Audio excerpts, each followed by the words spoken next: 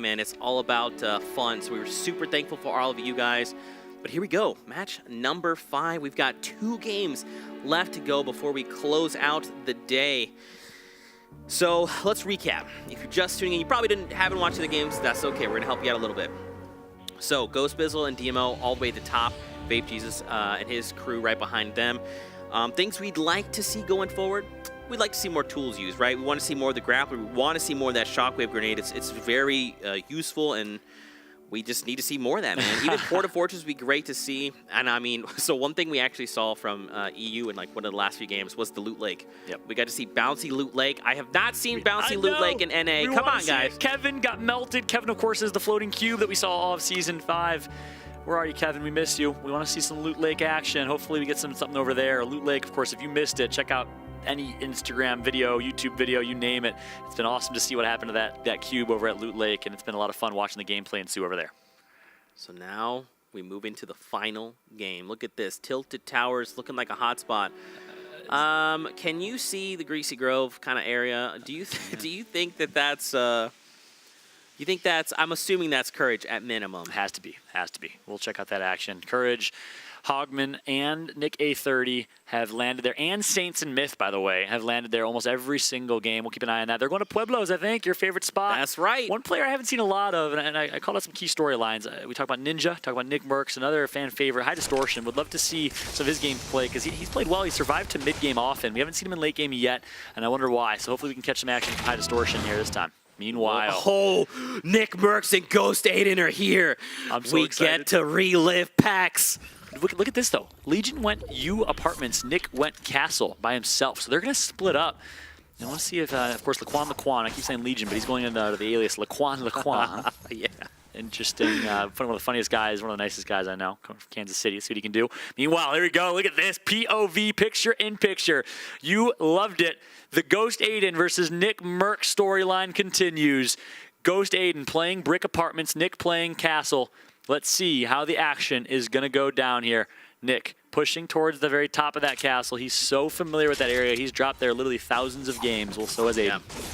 I mean, I enjoy seeing 2 Titans clash, so I hope that they eliminate everyone else, and then it's just a 1v1 between Nick Merckx. Look at this. Reverse, going to build up to high ground. Him and the Legion have a 2 versus 1 here. Meanwhile, Aiden is just looting up. He hears the fights. He wants to be a part of it. Nick, he's going to get a great shot into reverse. Can't get the down just yet. Smart decision to back out and reset. He's going to try and let his teammate clean that up. Ghost Aiden enters the fight. Nick needs to be careful here, as it's going to be reverse that knocks Legion and almost gets the elim. Ghost Aiden's there as well. Oh, no. It all comes down to this. Nick Merckx gets taken out by Sofa. That's Ghost Aiden's teammate. And once again, Team Aiden comes out on top. This is really... Okay, all right, let's talk about this, right? So I don't think the player up top saw Ghost Aiden. We'll come back to them here in just a moment, but let's take a look at this fight going down. I don't think they saw Nick Merckx disengage there. But interesting situation. Oh, phase yellow kills, eliminates phase replays. So replays is out. Nihilise left in a 1 versus 2. Let's see what she can do here. Nice job by Jared, just laying down some support fire. Talk about the addition of roles and duo plays. You have a support player. You have a kind of a main slayer who's playing a little bit more aggressive, and you see it play out right there. Well played by Jared to play some support, letting his teammate Yellow do some amazing work. Absolutely. They find the elimination of Nihilise. Should be knocked down here, but back over. I mean, check this out. So painful. Over. So Nick Merckx is down, I guess. Yep. Yeah. Reverse 2K. Was the one that took out the elim. Is there more? There's an extra duo here. Yeah, it's Painful Intendants of VGJ. Mm-hmm. Okay. And currently and representing Rift Raiders. So Rift Raiders, who started with 0 points. Painful's going to try and change that tide as much as he can. Reverse 2K immediately gotten taken. Of course, it's Ghost Aiden who secures that down right there. And now they're just looking to close in. He's trying to be careful, though. He wants to be sure not to run in. A sliver of Hezi, and he connects for the shot. Aiden out with an LMG. Smart play from Aiden again. Low health. Aiden comes out on top in that one. Of course, Sofa of Trouble Boys doing some great things. If you're just tuning in, that Trouble Boys roster, it did announce that they're signed, but not announced who they're signed by yet. So that's another interesting announcement. Keep an eye on that if you're a big fan of Fortnite and the Fortnite community. That Trouble Boy roster is going to be fun to watch. Yeah, man, the competitive scene, I mean, just an awesome group of individuals, and they're just great people, honestly, just all around. But back over to Greasy Grove. All right, so we know Hogman's here. I'm assuming, yep, there's Pupper. Typical right, gamer and Courage. Okay, Courage is definitely here because they're the little, what color would you call that? I call that a nice tan. A nice tan. A tan color. Tan. Okay, there's LVC Courage. He's down on the right by the gazebo. There you go. Getting as many mats as he can here, trying to get at least 200 wood. And here comes the grenade, just trying to break as much cover as possible as typical gamer. Okay, so he blows open that little structure there. Now he knows that they're not down below, so he's probably assuming they're up in the house. Yeah. And that's a tough spot, man, when you, especially when they're like, 'cause the house is 2 stories and an attic, right? So you're never really sure where in the house they are. Yeah, and so to break down kind of what's going through their heads right now, they've been battling game in and game out. They know each other. So right now, Hogman knows it's typical gamer and Courage, and typical gamer and Courage know it's Hogman and Pupper. And they're showing a lot of respect for each other. You notice early these fights in the live environment, in public matches, people just fly at each other with ramps. But look how much respect they're showing for one another. It goes to show how equally skilled these players are, and they all know it. I just realized Courage has the skin combo that I believe Ghost Bizzle uses. Ooh, it is the Carbide with the green and the Sharkman. Do you think he's paying respect after Bizzle's performance? I think so. Or he's trying to make people think, like, I'm that guy. Look at this. Back over to Aiden, though. He'll land on the light post. Wow. All right, Okay. style points for Aiden. Look at this. Oh. Aiden, are you really a controller player or what? Like, please. Oh, okay. no! He gets knocked out. He's trying to fall down. What? What? He's happy. He likes that spot. He has 9 HP. All right, Aiden's out. Maybe a little over-aggressive there from Aiden. We gave him some style points, but style points don't get you actual points. Tendon is just down below waiting for the loot to rain down. That's tough. Aiden a little over-aggressive there. Maybe it was a miscall. Sofa wasn't there and wasn't able to back that up. So instead, Aiden takes a 1 versus 1 instead of what could have been a 2v2 or a 2 versus 1 in terms of numbers advantage, and he gets taken out. And that's something to keep in mind. If you're an aspiring Fortnite competitive player, know your numbers at all times. And it's so important that you know where your teammates are at, but also where your opponents are at, and who has the numbers advantage, which, by the way, could be the difference between life or death in that situation. Absolutely. And now Sofa is left to fend for himself. Now we see C9 Top Boy. We still have 81 players left in this lobby right now. My goodness. I don't know if High Distortion's still on this one. We called him out early. Same with Ninja. We got some players here. Blind and Top Boy. We saw a great performance from Blind. I believe he placed top 10 at PAX West Summer Skirmish Finals. Of course, Blind, who made a name for himself at the Ninja Vegas event just months ago. And since then, he's really been a rising star. Very composed, very great methodical and mechanical player. Look at this. Take a look, man. Yellow So with 2 Aiden's limbs. down. And we've got the likes of Hogman. Funk Bomb is still up. High Distortion is up. He's got 1 elimination. There you go. Even likes of Liquid Chap is still in the game. TSM Myth. There you have it. And look at that. Sofa has 1 as well. So even though Aiden is down, all Sofa needs to do is channel his best Cypher PK from last game. Speaking of which, here we go. And stay alive long enough to get 1 more elim. They pick up a point, and they're in a good spot here. Ninja and Cypher on the prowl. Ninja versus Ghosts. And this one is the fight spot to ensue. I don't know who wins in a fight between Ninja versus Ghost. Ninja, I think a Ghost wins that in real life. Yeah, fair. But I'll give you that. in real life, this is Fortnite life. As we got Ninja, one of the best players in Fortnite. See what he can do here. As Ninja's getting some good shots in.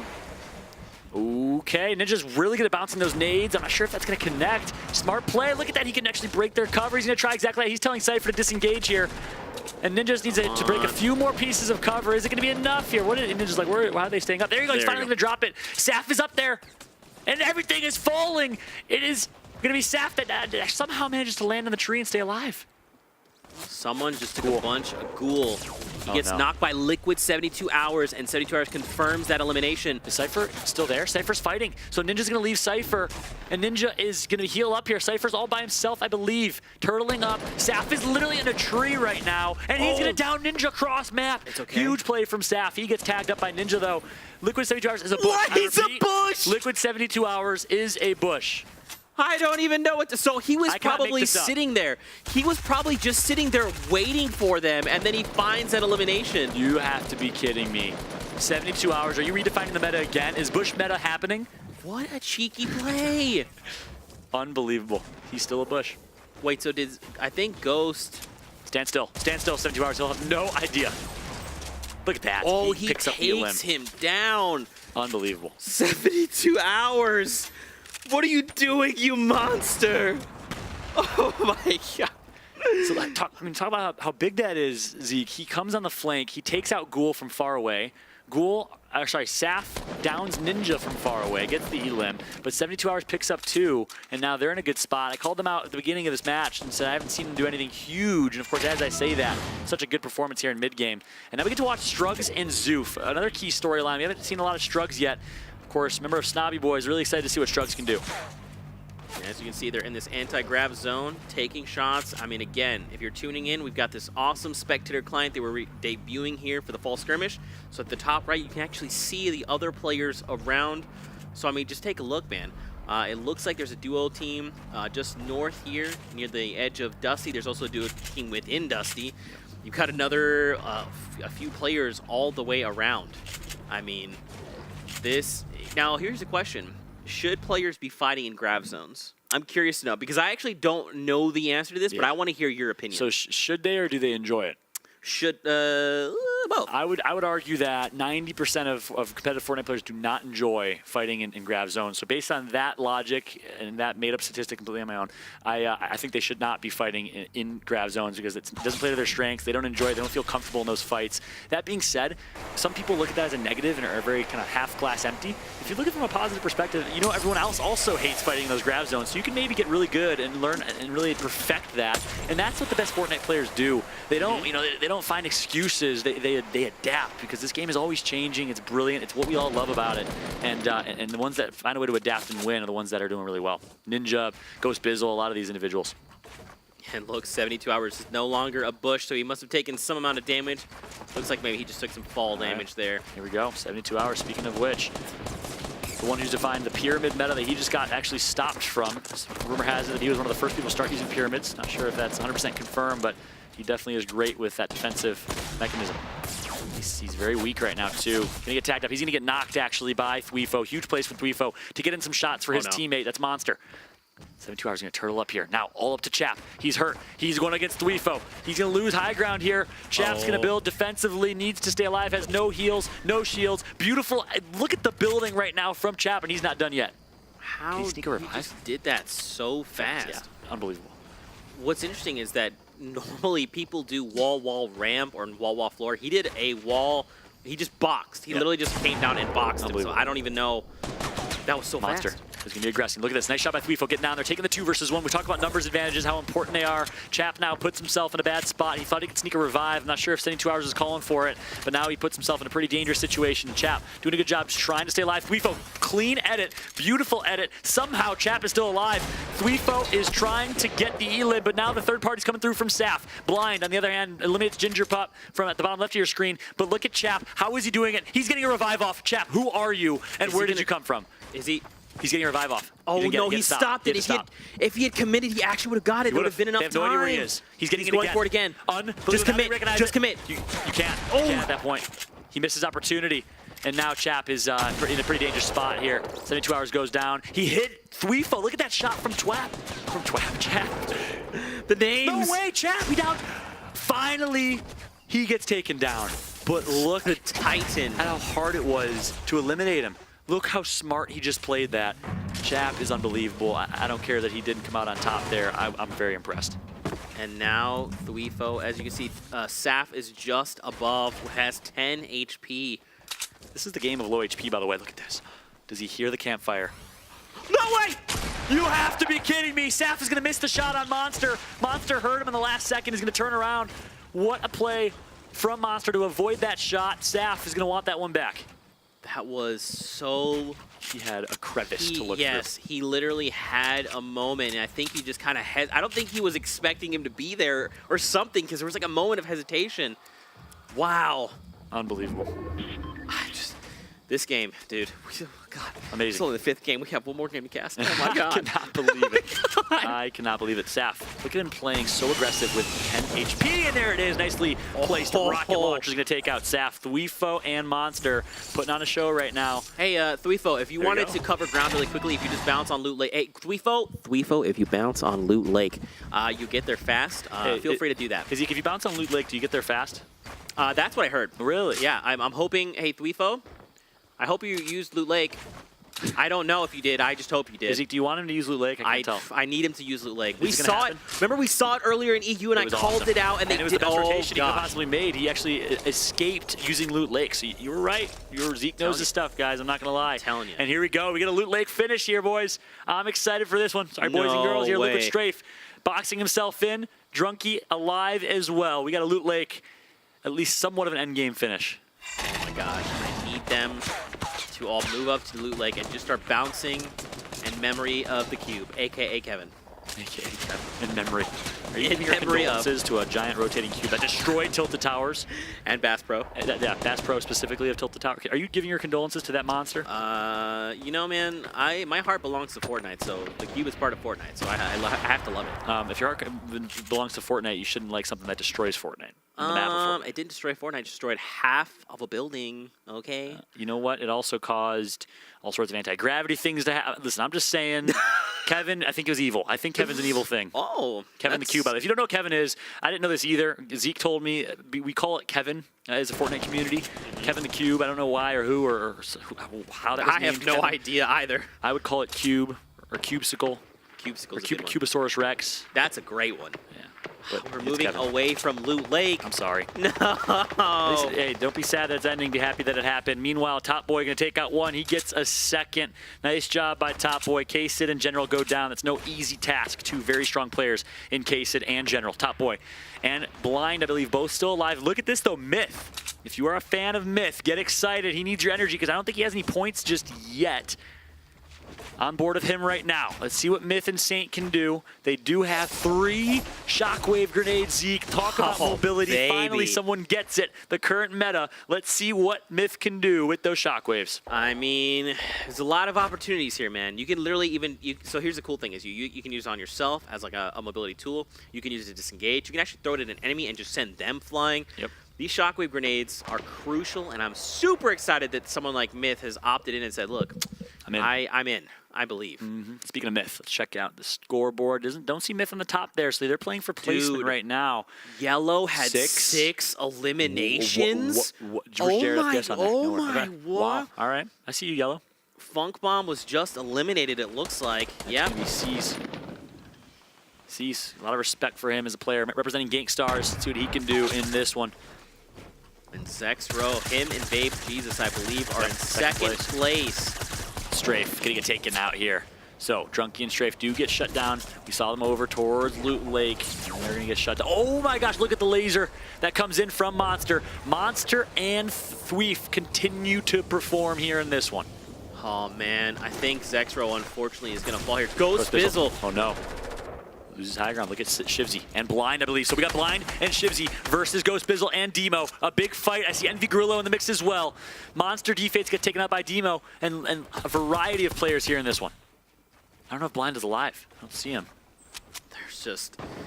my heart can't... My tiny little baby heart can't take this, man. You and I both. You and I both, my friend. Not sure if Blind is in this one. I see 2 green triangles. Not the yellow triangle.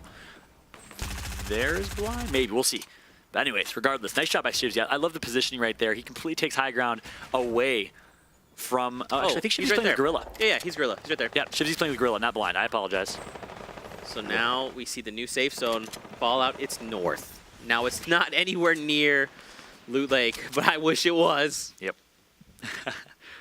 You and I both. Shivzy and Gorilla representing the Fortnites, who, by the way, Bizzle and Demo first place, putting some points on the board for Fortnite so far. We'll see what happens when it's all said and done.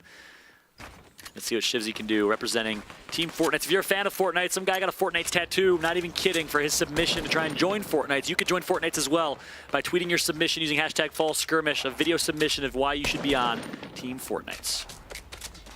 I can't wait to see all the crazy stuff that people do over the next few days. I'm very concerned. I mean, you know, a tattoo is crazy, so I don't know. Someone actually sent me a picture of their baby and said, "This is my submission." I saw that too. To the Lucky Llamas. Yep. You're gonna be like the Cleveland police that tweeted after the Browns one saying, "Go Browns, but please be safe tonight with the Dilly Dilly situation."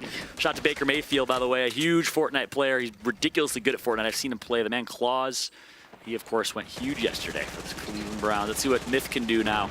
Myth on the esports side representing. holding it down for our esports competitive and professional players. Representing TSM, Team Solo Mid, Strug's going to knock out VGJ Painful. So Strugs continues to roll here. His teammate is C9 Zoof. Not sure if Zoof is still alive here. Zate also doing some big things at the bottom left of your screen. Still 32 players left. Shivzy and Gorilla have just been rotating brilliantly over and over again. Are they going to get high ground again? They're going to push Myth. Yes, they are. They see Myth in their sights, and they're going to actually drop to mid ground. I think they could have gotten it. They absolutely could have caught them off guard there. I'm surprised why they didn't. Maybe they just felt that it wasn't, you know, you kind of have those like gut instincts, right? In any game, you're like, I'm confident, but then when you go to make that decision, your gut tells you like otherwise. Yep. So maybe they were like, doesn't feel right. Let's just disengage. Yeah. Oh my gosh. And Tempo sitting with a lot of shield, a lot of health. Storm. Oh no. 26 players. We're about to shift the storms again. Nick A30, Symphony, Tendon's still alive. I think Painful from VGJ got taken out. Tendon's still alive. Nick A30 eliminates 00 Flower from Rogue. Of course, Dr. Lupo's companion and buddy from Rogue. Let's see what they can do here. Jailmock and Tempo in an interesting situation within that catacomb. Someone's going to completely disengage there. Smart decision. Myth still has 3 shockwaves, I believe. Zate has high ground. What an interesting late game we got ourselves here. Oh man, Zate even has a grappler. Yep. That's what you like to see. Left too. 15. That's what you like to see. And he's opening himself a door because he's welcoming. Welcome. I just would like this elimination. Welcome. Hello, world. Please enter to your death. That's right.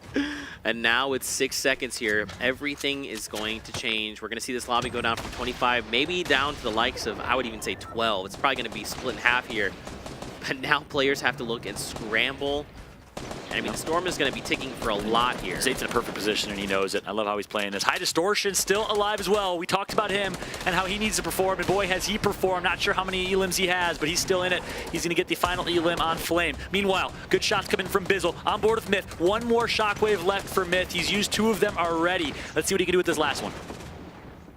We see the Saint Squad. His teammate goes down there. HD lost in the Storm. Strug's knocked by the Storm as well. Strug's teammate should be still alive here. That's C9 Zoof. I think he might be fighting Gorilla right now.